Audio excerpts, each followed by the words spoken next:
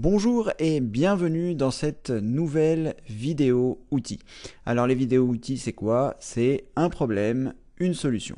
Et aujourd'hui nous allons voir le problème du mail parce que je me suis aperçu que beaucoup de personnes n'étaient pas forcément au fait du mail. Donc je vais essayer de vous expliquer ça le plus simplement possible avec ce petit schéma que j'ai préparé pour vous qui va, j'espère, vous permettre de mieux comprendre le mail. Alors, sans plus attendre, nous allons appuyer sur le petit bouton plus qui se trouve ici et dans cette vidéo, nous allons parler de deux choses. 1. La création de votre email et 2. La consultation de votre email. Parce que avant de pouvoir consulter une adresse, évidemment, il faut la créer.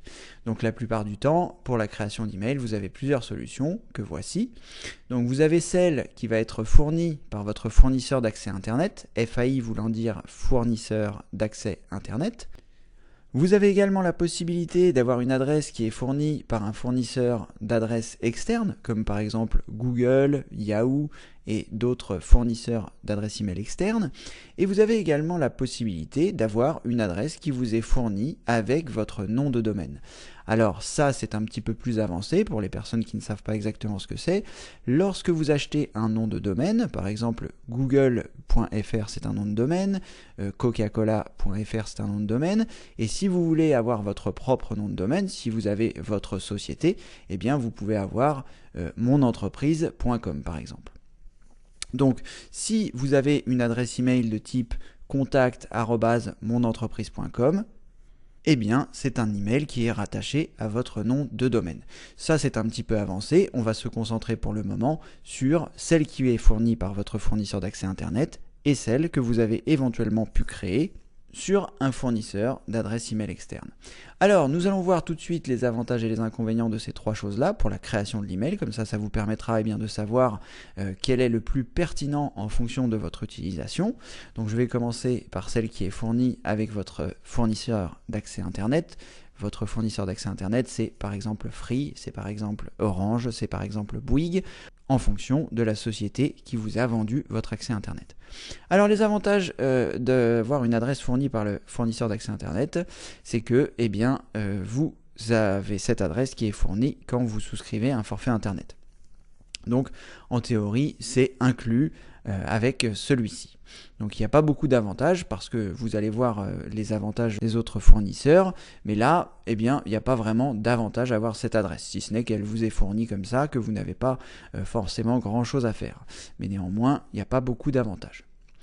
Du côté des inconvénients, au niveau du fournisseur d'accès Internet, dans la majorité des cas, vous la perdez si vous changez de fournisseur. Alors quand je dis dans la majorité des cas, c'est on va dire dans 90% des cas. Si vous n'en faites pas la demande et que vous changez de fournisseur d'accès, par exemple vous étiez chez Orange et vous voulez passer chez Free, vous allez perdre votre adresse Orange.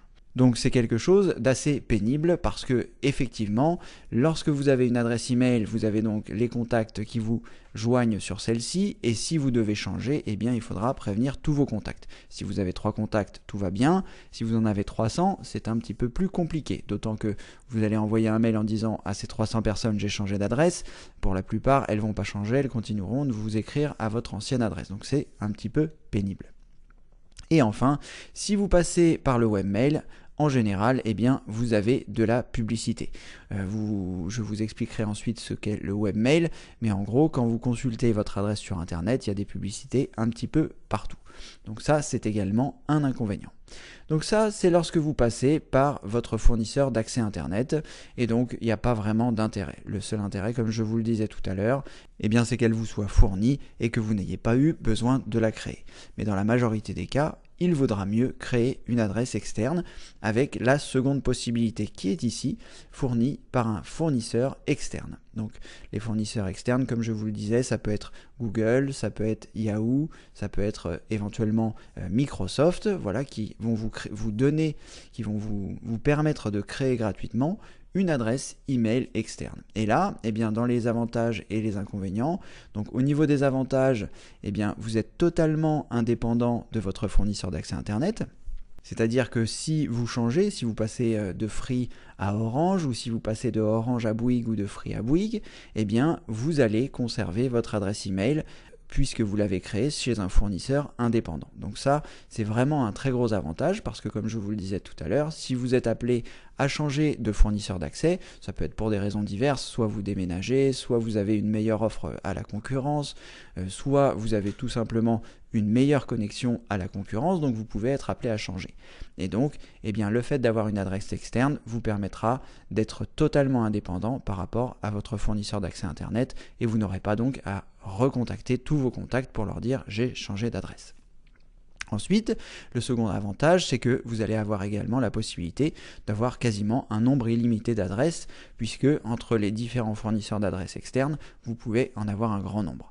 Vous serez plus limité par votre gestion des adresses email, que le nombre d'adresses email que vous pourriez éventuellement créer.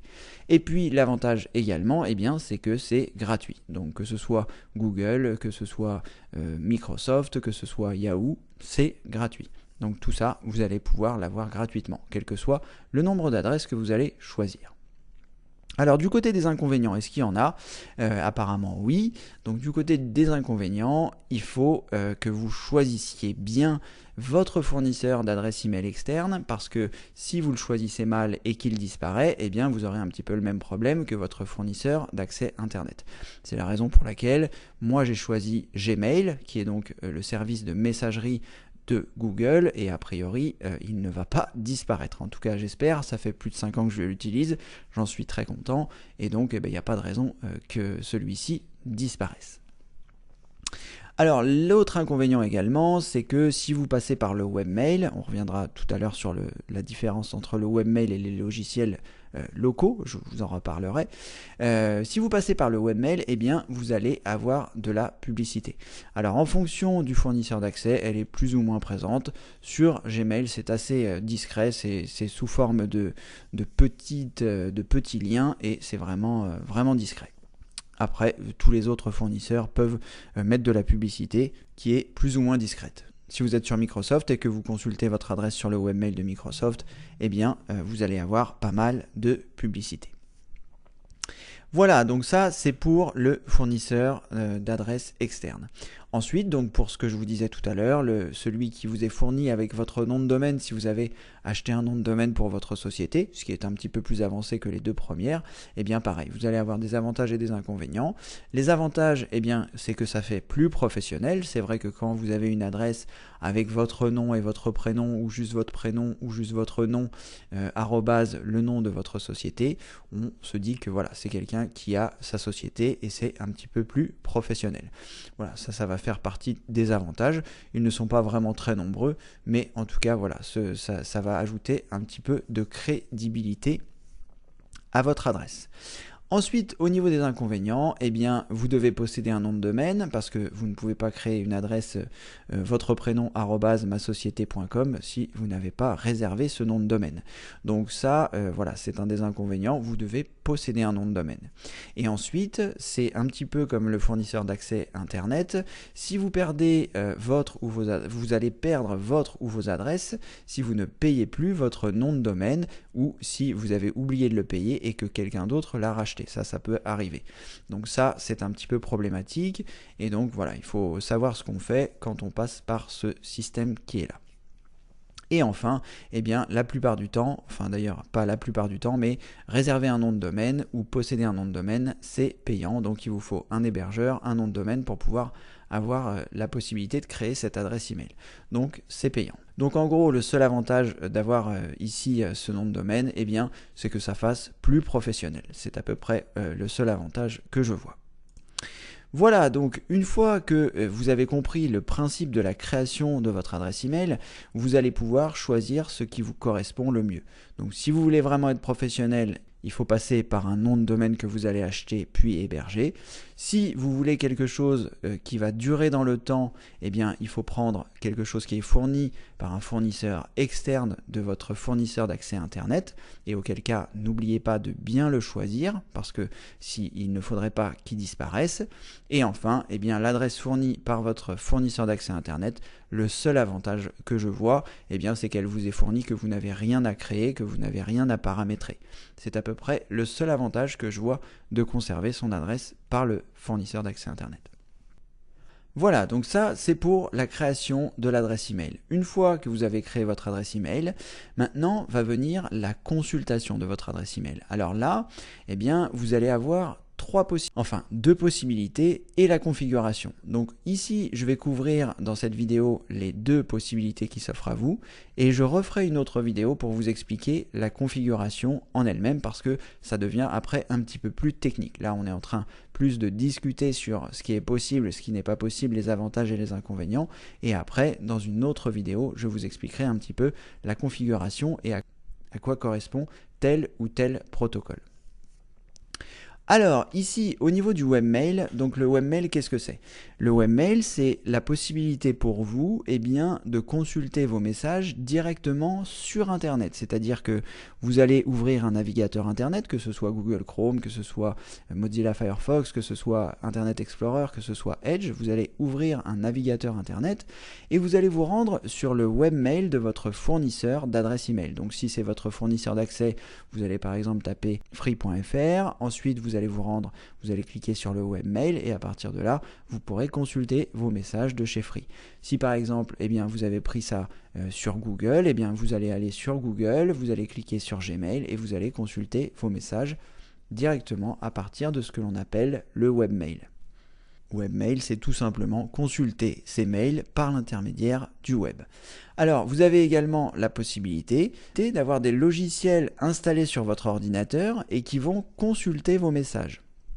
Donc ça, c'est une autre possibilité de consulter vos messages. Vous avez soit le webmail qui vous permet de consulter directement vos messages sur Internet, et vous avez également des logiciels comme Thunderbird, comme Windows Live Mail, ou encore Incredimail que je vous déconseille complètement d'installer, vont vous permettre de consulter vos messages depuis votre ordinateur avec un logiciel. Il va donc rapatrier les messages qui sont stockés sur le serveur pour les mettre sur votre ordinateur. Ça c'est pareil, je reviendrai là-dessus dans toute la partie configuration pour vous expliquer un petit peu plus en détail comment ça se passe. Ensuite, donc quels sont les avantages du webmail et quels sont les avantages d'avoir un logiciel installé sur son ordinateur? C'est ce que nous allons voir tout de suite. Donc lorsque vous consultez le webmail directement depuis Internet, les avantages sont les suivants.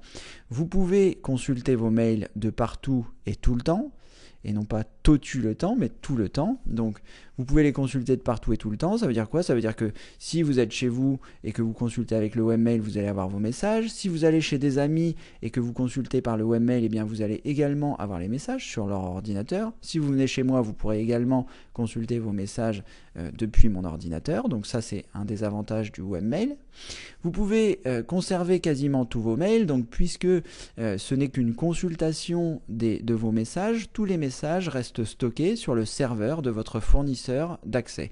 Donc si c'est par exemple Google, donc tous les messages que vous consultez par l'intermédiaire du webmail vont rester sur leur serveur, sauf si vous les supprimez évidemment. Donc moi j'ai des messages qui datent d'il y a 5, 6, 7 ans, depuis que j'ai créé mon adresse email. Donc ça c'est également un avantage avec le webmail, c'est que tous vos messages vont être conservés.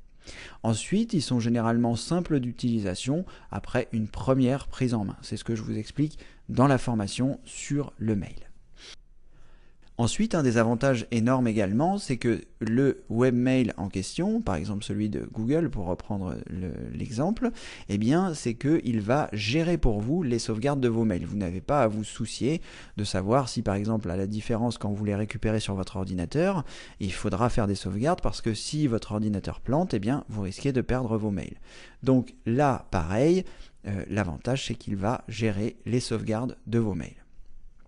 Et ensuite, ce qui est bien également, c'est que par exemple, si vous avez un smartphone, c'est-à-dire un téléphone connecté, le fait de rassembler en fait les deux choses va vous permettre de synchroniser l'ensemble des choses. Tous vos contacts que vous aurez saisis sur votre téléphone arriveront directement sur votre adresse email et vice versa. Donc c'est très pratique. Si vous n'avez pas envie de saisir vos contacts directement au sein de votre téléphone, vous les saisissez sur votre ordinateur et avec une synchronisation, ils vont se synchroniser sur votre téléphone. Donc c'est vraiment très pratique. C'est également un des avantages d'utiliser le webmail et de ne pas récupérer les messages à cet endroit. Alors, au niveau des inconvénients, qu'est-ce qu'on va retrouver comme inconvénient au niveau du webmail? Eh bien, vous allez avoir donc de la publicité plus ou moins présente, comme je vous le disais tout à l'heure. Donc, en fonction du service que vous aurez choisi, si c'est Google, la publicité est relativement discrète. Si c'est Microsoft, c'est un petit peu plus présent. Voilà. Ensuite, vous avez des fonctions au niveau des inconvénients, vous avez des fonctions simplifiées ou inexistantes. Par exemple, vous ne pourrez pas avoir avec le webmail d'accusé de réception. Ça se fait avec les logiciels installés sur votre ordinateur. Donc certaines fonctionnalités ne seront pas disponibles par l'intermédiaire du webmail. C'est également un des inconvénients. Mais si moi par exemple je n'utilise que le webmail et les fonctions ne me manquent pas du tout. Donc c'est tout à fait possible et pourtant j'ai une utilisation assez intense du mail. Donc voilà, on peut tout à fait gérer ces messages par l'intermédiaire du webmail, mais c'est vrai que certaines fonctions peuvent être inexistantes. Et ensuite, il y a également l'inconvénient de l'avantage, c'est-à-dire gère pour vous la sauvegarde de vos mails. Je l'avais également mis dans les avantages. Eh bien, pourquoi est-ce que c'est aussi un inconvénient? Eh bien, c'est que le fait de ne pas le faire vous-même, eh bien, si le fournisseur d'accès a le moindre problème, eh bien, vous risquez de perdre des mails. Alors, en fonction de celui que vous avez choisi, rassurez-vous, il aura certainement toujours beaucoup plus de sauvegarde que ce que vous n'auriez eu pour vous. Mais malgré tout, ça peut être également un inconvénient. Alors maintenant qu'on a couvert le webmail, je vous avoue que moi c'est quelque chose que j'utilise beaucoup, je n'utilise d'ailleurs quasiment que ça, je n'ai pas de logiciel installé sur mon ordinateur pour les raisons que j'ai évoquées tout à l'heure, c'est-à-dire le fait que tous mes messages soient sauvegardés, que je puisse tous les garder, etc. Donc c'est vraiment quelque chose de très pratique pour moi. Alors néanmoins, il y a des personnes qui peuvent préférer avoir un logiciel installé et je vais vous parler des avantages et des inconvénients. Alors les avantages d'avoir le logiciel installé, eh bien, c'est que généralement ils sont gratuits pour la majorité des utilisateurs. C'est-à-dire, si vous utilisez les logiciels dont je vous ai parlé tout à l'heure, Thunderbird, c'est Mozilla qui fait ça, les mêmes qui font Firefox, eh bien c'est gratuit. Si vous utilisez Windows Live Mail, eh bien c'est gratuit. Après, si vous voulez des fonctions vraiment avancées sur ces logiciels de messagerie, vous pouvez utiliser Outlook, et là, c'est payant. C'est fourni avec la suite Office, Word, Excel, PowerPoint, Outlook, etc. Donc là, ce sont des logiciels de messagerie c'est un logiciel de messagerie très avancé où vous allez avoir énormément de possibilités et dans ce cas-là, ça devient payant. Mais sinon, les logiciels qui sont basiques mais qui suffisent à 99% des gens, que ce soit Thunderbird ou Windows Live Mail, sont très bien. Comme je vous le disais tout à l'heure, essayez d'éviter Incredimail qui est vraiment un logiciel de messagerie qui est à proscrire. Voilà. Ensuite, c'est pareil, ils sont généralement simples d'utilisation après une première prise en main, surtout si vous utilisez les fonctions basiques que sont répondre aux mails, transférer les mails, envoyer des mails en grand nombre. Tout ça, ce sont des petites manipulations qu'il faut apprendre à faire, mais c'est relativement simple. Alors l'avantage c'est qu'il n'y a généralement pas de publicité, donc vous allez pouvoir lancer ce logiciel depuis votre ordinateur, il va consulter vos messages et dans la plupart des cas, il n'y aura pas de publicité. Alors l'avantage également c'est qu'il va vous permettre de faire des sauvegardes en local plus faciles par l'intermédiaire des exports depuis ces logiciels, ce qui vous permet donc de réaliser vous-même vos sauvegardes et de savoir à quel moment vous les faites, de ne pas perdre de mails, etc. etc. Là, ça devient un petit peu plus avancé et c'est vrai que dans la plupart des cas, beaucoup de gens ne font pas de sauvegarde de leur mail, soit parce qu'ils ne savent pas, soit parce qu'ils ont oublié, soit parce qu'ils ne le font pas régulièrement et auquel cas, ça peut devenir problématique si vous avez des mails que vous souhaitez conserver et que vous avez un crash avec votre ordinateur et qu'on ne peut pas récupérer ceci. Donc pour ça, le webmail, c'est aussi un côté pratique. Ensuite, vous pouvez coupler le webmail si vous l'avez bien configuré, donc ça on verra ça dans la configuration, c'est-à-dire que vous pouvez avoir tous les avantages du webmail et tous les avantages du logiciel installé sur votre ordinateur. On reverra ça dans la partie configuration, mais sachez que si par exemple lorsque vous utilisez un logiciel installé sur votre ordinateur, vous avez dans les paramètres la possibilité de lui dire conserve les messages sur le serveur et donc lorsque vous les consulterez avec le webmail, ils seront toujours disponibles. Encore une fois, je reviendrai plus en détail sur ces choses dans la partie configuration dans la prochaine vidéo. Quoi qu'il en soit, vous avez compris qu'il y avait un certain nombre d'avantages à utiliser les logiciels et nous allons voir désormais les inconvénients. à utiliser ce type de logiciel. Alors, dans la plupart des cas, quand on ne sait pas le faire, eh bien, la configuration est un petit peu plus compliquée, car il faut comprendre les différences qu'il y a pendant que vous faites le processus de configuration des messageries, parce que quand vous allez installer un logiciel sur votre ordinateur, eh bien, il va falloir rentrer un certain nombre de paramètres qui concernent votre adresse email, et donc ça va être un petit peu plus compliqué à mettre en place. Encore une fois, quand on sait le faire, c'est simple, mais quand on ne l'a jamais fait, il faut savoir ce que l'on fait, et notamment si on oublie de cocher une case, eh bien, les messages seront supprimés directement du serveur, donc vous n'aurez plus qu'une copie sur votre ordinateur. Donc voilà, il faut savoir ce qu'on fait un petit peu quand on installe ce type de logiciel. Je ferai peut-être des vidéos sur le sujet, comment configurer soit Thunderbird, soit Windows Live Mail, puisque ce sont les deux messageries les plus utilisées. Mais en tout cas, sachez que voilà, si vous devez installer quelque chose, soit vous vous renseignez auprès d'un ami qui sait le faire, soit vous attendez que je sorte les vidéos si elles ne sont pas encore sorties, ou alors eh bien, vous continuez d'utiliser le webmail. Un autre inconvénient, comme je vous disais, qui découle un petit peu du premier, c'est que si vous n'avez pas bien configuré les choses, eh bien vous ne pourrez plus consulter vos messages que sur votre ordinateur. C'est-à-dire que les messages, lorsque vous allez les récupérer sur votre ordinateur, vont disparaître du serveur et donc ils ne seront plus consultables ni par le webmail ni par un autre logiciel de messagerie. Donc ça va un petit peu avec la configuration dont je vous reparlerai. Et enfin, si votre ordinateur a des soucis, si votre ordinateur crache et que vous n'avez pas fait de sauvegarde, vous perdez vos mails en fonction de la façon dont vous l'avez paramétré. Donc ce sera très important de savoir bien paramétrer ce logiciel en fonction de ce que vous utilisez. Voilà, je vais terminer cette vidéo ici. Nous verrons un petit peu plus tard donc la partie configuration dans une vidéo suivante.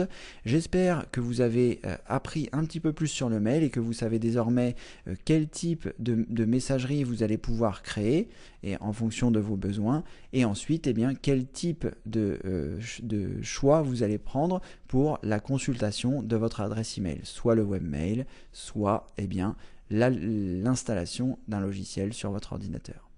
Voilà, j'espère que cette vidéo vous a permis de comprendre un petit peu mieux tout ça. Je reviendrai plus en détail sur la configuration et les différents protocoles qui existent pour la consultation des mails sur les logiciels installés sur votre ordinateur. Et en attendant, je vous remercie d'avoir suivi cette vidéo et comme le veut la tradition, je vous dis à très bientôt pour une prochaine vidéo évidemment. Merci, au revoir.